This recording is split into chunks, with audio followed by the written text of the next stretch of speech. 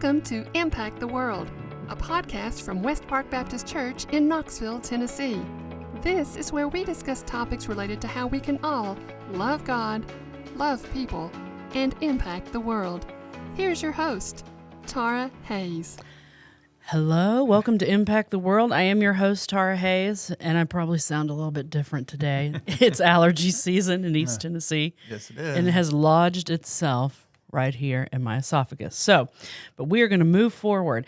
I have a special guest today. The last time Pastor Sam was with us was back in August. Hello, Pastor Sam. Hello, how are you? Oh, I'm good. It doesn't sound like I am, but I'm great. No, yeah. I was going to say that people might think, my voice is not as low as yours today, and I understand. As you sorry. said, which one is Pastor Sam? Well, It's not me.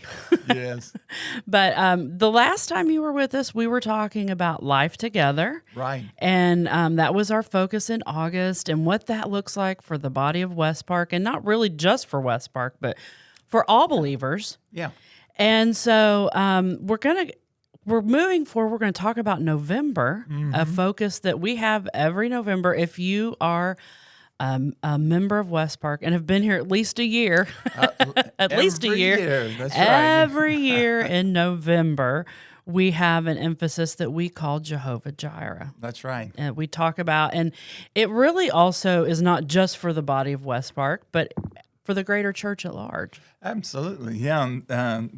The emphasis on Jehovah-Jireh goes back, I don't know, Tara, it's in the early to mid 1990s, okay? And it goes back to being struck that God is the God who will provide. And he's a provider ultimately for our salvation. But he tells us in his word that if he did not spare his own son, delivered him up for us all, how shall he not also freely give us all things? And so this idea of trusting God and seeing him provide, and also bringing that into Thanksgiving every year, just seemed like a great way that we as a church family could be challenged every year about trusting the Lord.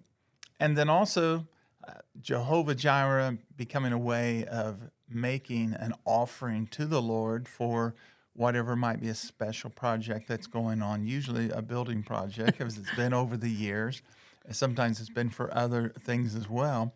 But that idea struck me way back then, and it's been a blessing to see how God's used it ever since. Has. Every year, something different. Yeah, and I love to tell the story about the chest, because we know there's the Jehovah-Jireh chest, and back at that time, there was a man that recently came to the Lord, Leroy LaMontagne. Right. Leroy now lives up in near Cincinnati, but he was an incredible wood carver.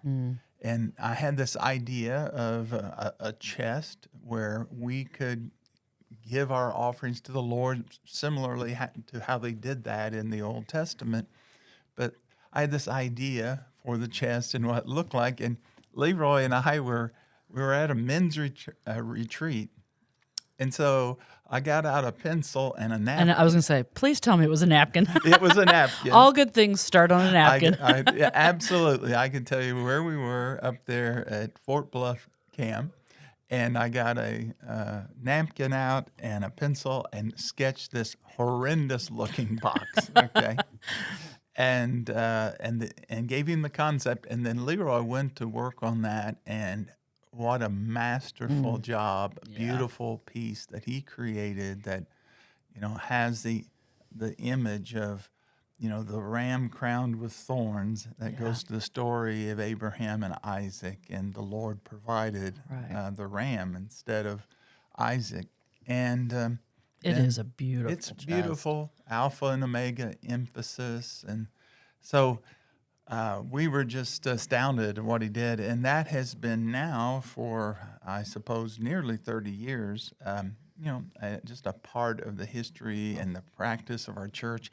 And it's been an incredible blessing as a way of reminding us about generosity. Yeah. And that generosity is more than just giving. It's experiencing God. Right. And that's the biggest part of it all, is that in our giving and trusting God, that we can really experience Him. Yeah. So I'm excited for this month. It's getting ready to start, and we'll be having some sharing some themes about that. And I know we're going to talk about that today. Yeah. And so I'm talking too much. No, You you're talk. great. You're great. This is your show, right? No. I like to share the microphone. So, but no. So in November specifically, we will Right. call it Trusting God, Absolutely. and there's a sub theme to that as well. There is, and we're calling it Generosity for Generations, because as a lot of people that are listening who are here at West Park know that we are in the midst of a building project that is providing a new nursery, and we're excited about that because We the are. baby boom is going on here. We're Yes, it is. grateful It's for in that. the water. It is, I guess. And something's happening. Something's happening. Yeah. And then we're also, doing a lot of renewal over in the children's areas for preschool, and then a new elementary building that Right. we're building. So all that's underway. Yeah, if you And, haven't walked in yeah. at the Children's Ministry Center, Yeah. it looks totally different down there. It is, and It's shocking when you yes. walk in. Yeah, it is kind of dusty too, as well, and it is. Pardon our mess. A lot of Right. progress is going on, and it's going to look radically different when it gets opened up in the front for the welcome area. Right. So this project we got started at the end of May, and hopefully in the next several weeks we'll have the nursery opened up. Then we'll be working on completing the preschool area, the elementary area. So for the next year, we'll be doing this. But we're calling it Generosity for Generations because, Tara, you and I both have been around here a while. A little while. Yeah, you and your family, one of the few that were here when I arrived. And I just think over these nearly 36 years, we have had generations of children that have grown up serving the Lord like you, become members of our staff, go out on mission, leaders in our church now, Right. and then they've had children and who've grown up, and now it's grandchildren of some of the young ones I know, and it's been amazing just to see. And I think staying over a long time, how generosity back in those early days and continued has just provided for the things needed to train up generation after Right. generation. And so I always think of it, when you are generous and you're giving to the Lord, you are giving to the Lord, but you're also planting seeds. Right. You're that are- not just impacting that No. moment. No, you're planting seeds that enters into the harvest Right. of God's work, and you will see the fruit. Not all the fruit, No. but you will see the fruit. And so I have, as you, this amazing view over these numbers of years, and I don't know how many hundreds and thousands of boys and girls have been through Awana and our Right. children's program, Vacation Bible School, Parents' Day Out. It's a really huge amazing. number. It is, yeah. And you think about those that their lives have been changed within these walls, and they go out, and that just, it multiplies exponentially. It really does. And so you see that as we talk about a Jehovah-Jireh offering, we talk about generosity. That, of course, that's happening in real time, but that giving really is eternal because it continues Right. beyond what we could ever see, and we'll literally have to be in heaven for the Lord to help us understand how that generosity just went forward. And so it's exciting. It's an exciting thing that we do. I do know, Dara, I think this year as we have it, I'm going to talk to the people because there's a lot of pressure not to be generous this Right. year. Here in the United States, highest inflation in over 40 years. Just a lot of pressure economically. And so a human tendency would be, well, I need to gotta pull take care of- back, Right. Yeah. But it's in those times when we have the greatest opportunity to see God provide and to prove himself faithful. Right.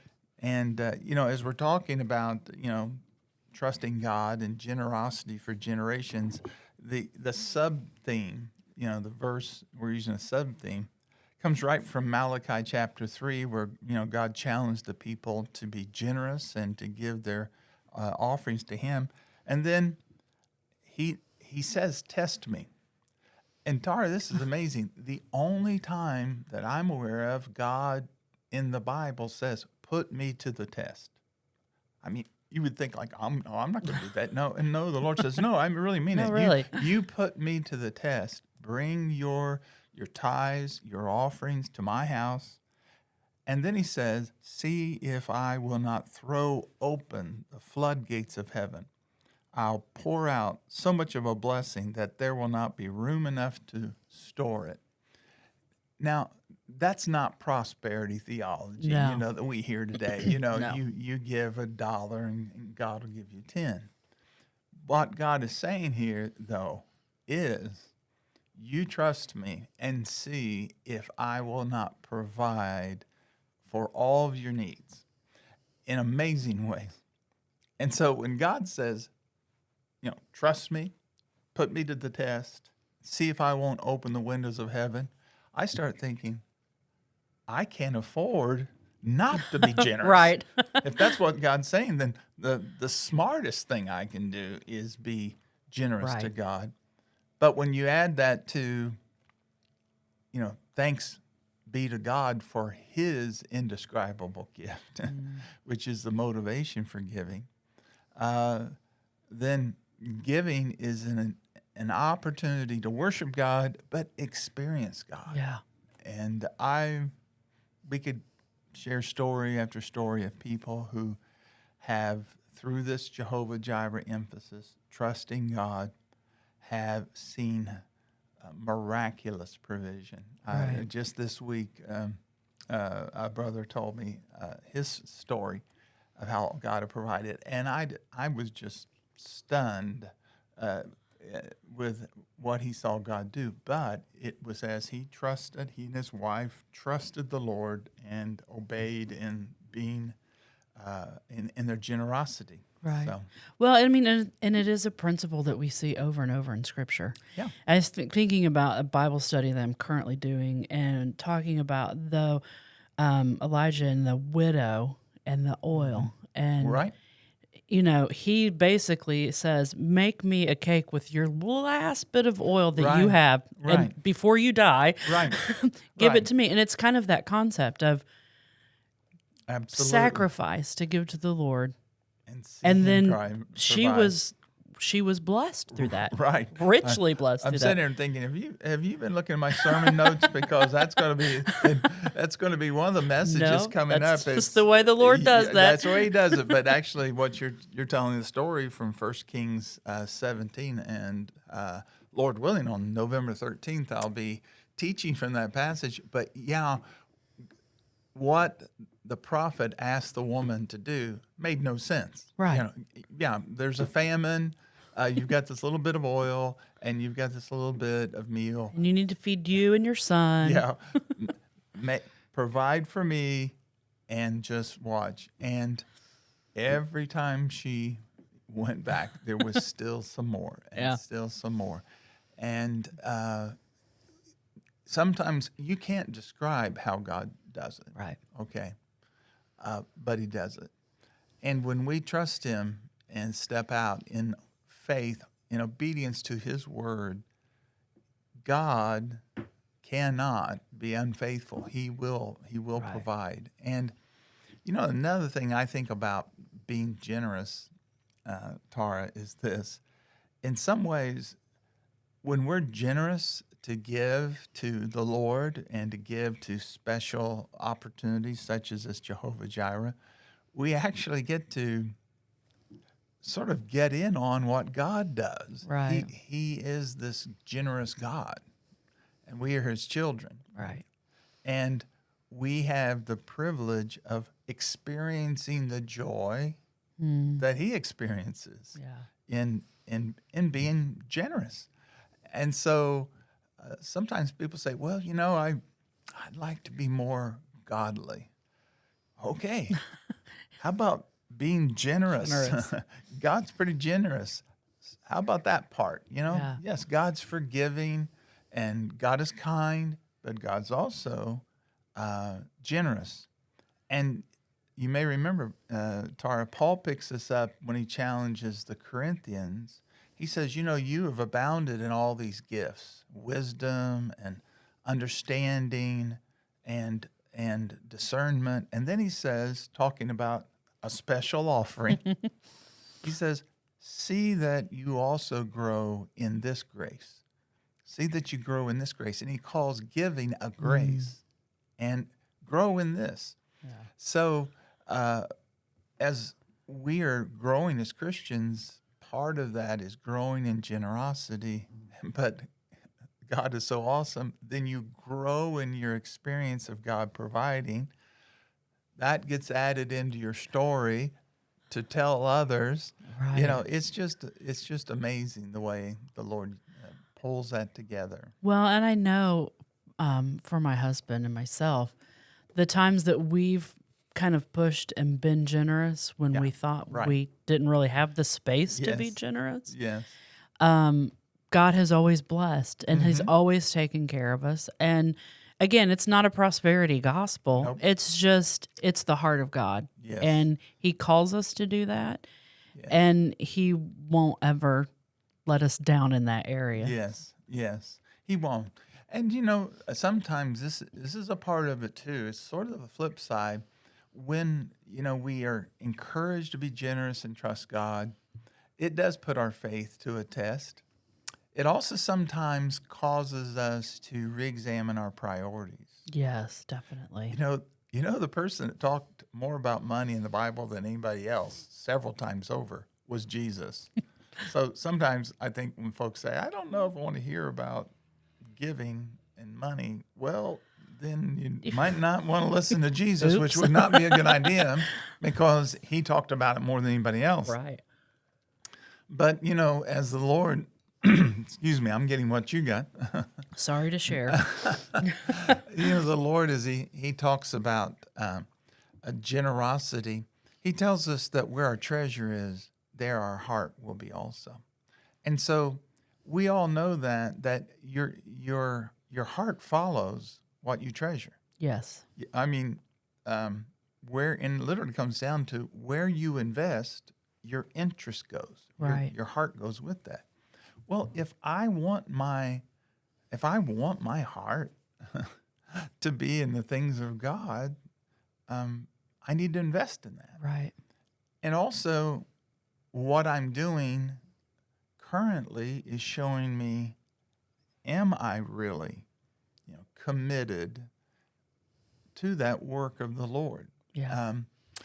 It's a good time to reflect. What are my priorities? And so a time of economic challenge that we've talked about is a time to experience God, but it's also a time to say, are my priorities in line with his priorities? Mm-hmm.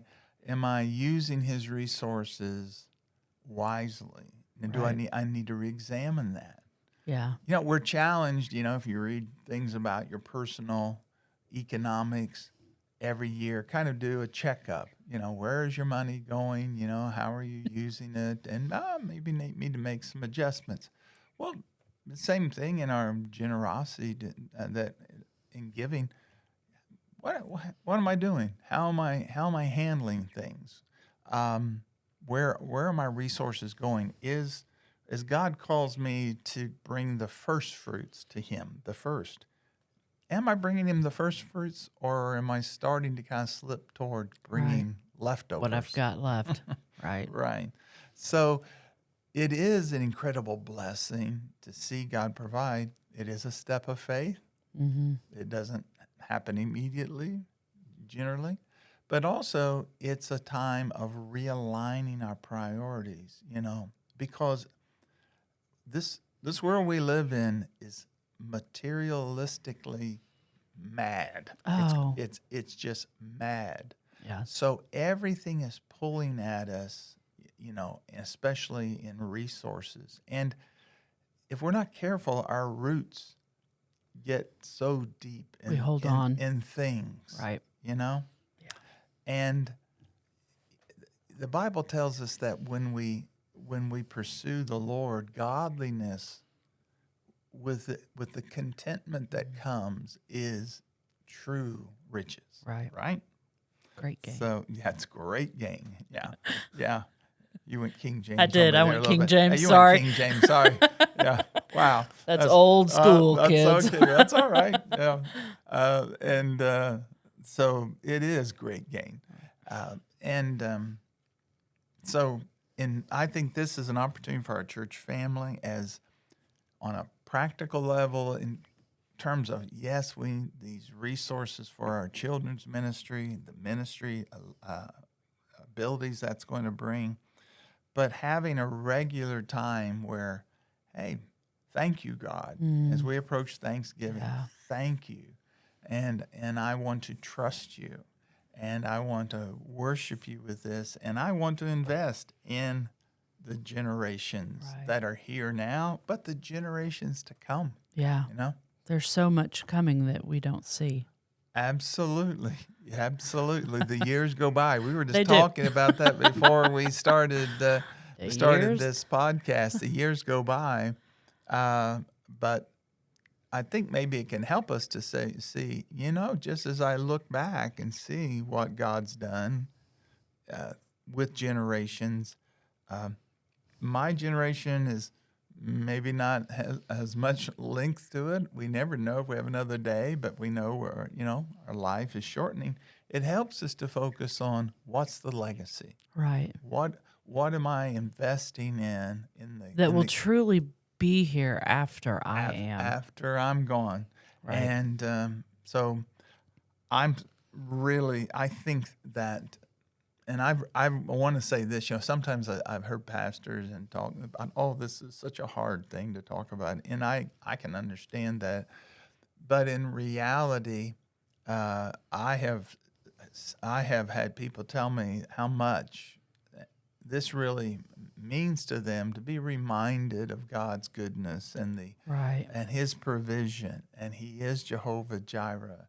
And He will provide for me and my family, and I need to reassess where I am, and an opportunity. I have many people tell me the Jehovah-Jireh service is my favorite service. Oh, wow. And sometimes I'm thinking, well, I don't usually preach in that service. How could that be your I'm favorite? sure it has zero to do with that How's at that all. possible? How is that even happening? But it is a special service that's coming up on November 20th. November 20th. Mm-hmm. Less than a month. It's about it's less than a month now. All right. Wow. Well, I think I do look forward to the topic and the focus on trusting God. Yes. And it just, because really, and this is something that I've been thinking about as we've been talking, we're trusting God, but at the end of the day, or all the time, it really is, we're trusting Him to give us and to be able to use His resources. Everything belongs to Him. Everything belongs. And so that goes along with that prioritizing and realizing, I'm spending money that I've worked to earn. Right. Or I'm, all of these things I've worked to earn, but really at the end of the day, they don't belong to me anyway. They don't. And it all begins there. And Tara, I'm grateful that you said that the Bible says, and the Lord says in His Word, the earth is mine, all it contains. The earth is the Lord's, all of its fullness. It's all His. So whatever we have a tendency to call mine, it's not really. He is the owner. We're managers. We're stewards. Right. And so we have to be careful that we always remember, we're not the owners. We have a stewardship Right. of what God has given us, and we manage what is already His. Right. And I think for me that relieves some pressure or maybe the scare of if I give this much and maybe I'm not going to have enough to Yes. pay a bill or buy whatever I think I need. Right. But when I realize I'm giving this, but God owns everything and everything that's in the world, and He so easily can give me any portion of that. Absolutely. It relieves a lot of pressure. Oh, it does. You know, It so you does. think, okay, well, I'm just shuffling His resources. Well, right. And if you ask, Lord, what would you have me to do? And you pray, the Lord will put on your He'll make heart. it If clear. there's a specific amount, He'll put it on your heart. You pray according to the word, and is my giving on a regular basis, Right. being reflected this by what God's saying, but the Lord is able to put on our heart, and sometimes that amount might say, whoa, but God will provide. Tara, I was thinking, if we've been having this Jehovah-Jireh offering, I'd say, it's close to 30 years now, getting close to that. I've not ever had someone say, I really messed up in giving too much to that Jehovah-Jireh. And, Can I get some of that back? Yeah, God just didn't come through. Right. And I just really, really gave too much. No, but I can't tell you how many times people have said, oh, Pastor Sam, you can't believe what God did. I'm thinking, I can. Go ahead, tell me another Please story. tell me anyway. I want to hear it. And he has just shown up time and time and time and time again for individuals that stepped out by faith Right. and said, Lord, I'm going to be faithful, do what you've put on my heart. And then they have the privilege of watching God work Right. and fulfilling what this promise is. says. I will open the windows of heaven. Well, and I think I would challenge people if you think, I don't want to have to listen to messages about giving or being don't think of it that way. No. Because this focus is really, as it's called, trusting God, but it's about how great our God is and Absolutely. how amazing Mm-hmm. and generous and loving He is. Mm-hmm. And it's an encouraging time. Yeah, it really is. And so, I always think, you grew up in Indiana early, a few years, yes. and my wife and I, Hoosiers as well, But I remember there in central Indiana, you would see those fields in the springtime, and here come these farmers with their tractors, and then they'd start the seeding. And if you stopped back, it's maybe April or May, Right. and the fields are just nothing there, miles and miles and miles of nothing. And you could think, now, that's perfectly good seed that you're just putting in the dirt here. There's nothing here. Look, there's nothing. And now think of the risk you're taking. You don't know what's going to happen in May or June or July. You think this is crazy. But those farmers would just say, come back in about 4 or 5 months. And you know how it is. You drive back up there. If you were there in April, you drive back up there in August and September. It's everywhere. The corn. The soybeans, it's usually corn, soybeans, Right. corn. Miles of it, but it all started by faith, by planting that seed. Right. And so you've been up there when they start taking the crops off in the fall. It's like there's just kind of like a joy in those little towns, the grain Right. elevators, and they're teeming. Well, if you want to experience that in the harvest, then you've got to plant Right. by faith, in the springtime. Right. And that's the way it is in our life, the law of sowing and reaping. Yeah. If you sow little, you'll reap little. And Right. sow much, you'll reap much. It's the law of sowing and reaping, but it's also the principle of the harvest. Right. Put that seed in, watch what I'll do. Multiply. I don't know how many, you put one seed of corn, I don't know how many kernels of corn come out of that one seed, but it is amazing. Right. So this is an opportunity for us to do this here in our giving, generosity, to see God work in our life, and then for generations to come to impact others. What a privilege. Yeah, And it so is. I'm looking forward to what's ahead and excited for this next season I'm for us here. excited too. And I know during November we'll be we're going to be having a blog every day about generosity. So start thinking about that. That's coming on the 1st. Yeah, great. On And November 1st. Every day people can go out. There's Right. little- So there'll be something every day to read, and we'll have different stories and different Yes. ways that we're going to share. Yep. But I'm just really looking forward to these weeks in November gonna and be seeing what God's going to do. It's going to be a great season, and I'm so excited to see what's going to mean for us as a church, but can't wait when we are able to get a glimpse of what's ahead. We see these hallways and then the kids in there and see them growing up. Right.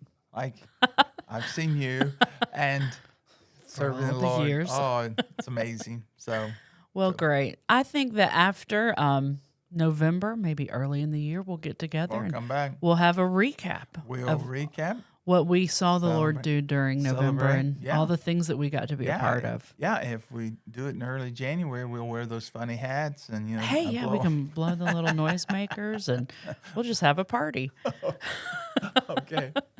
All right. Yeah, we shouldn't be in control of the No, parties. no. Somebody Well, else. I really appreciate you taking the time to sit Thank down you. and Yeah. chat with me about this. and- Thank you. Thanks for all you're doing with Well- this podcast. It's awesome. Well, thank you. I love it. I love being a part of it and having the opportunity. So, You do a wonderful job. well, thank you. And I look forward to sitting down with you again soon. Okay. Blessings. You too. Thanks for listening, everybody. Thank you for listening to Impact the World, produced by West Park Baptist Church in Knoxville, Tennessee. If you enjoyed this episode, consider subscribing, leaving a review, or sharing with a friend.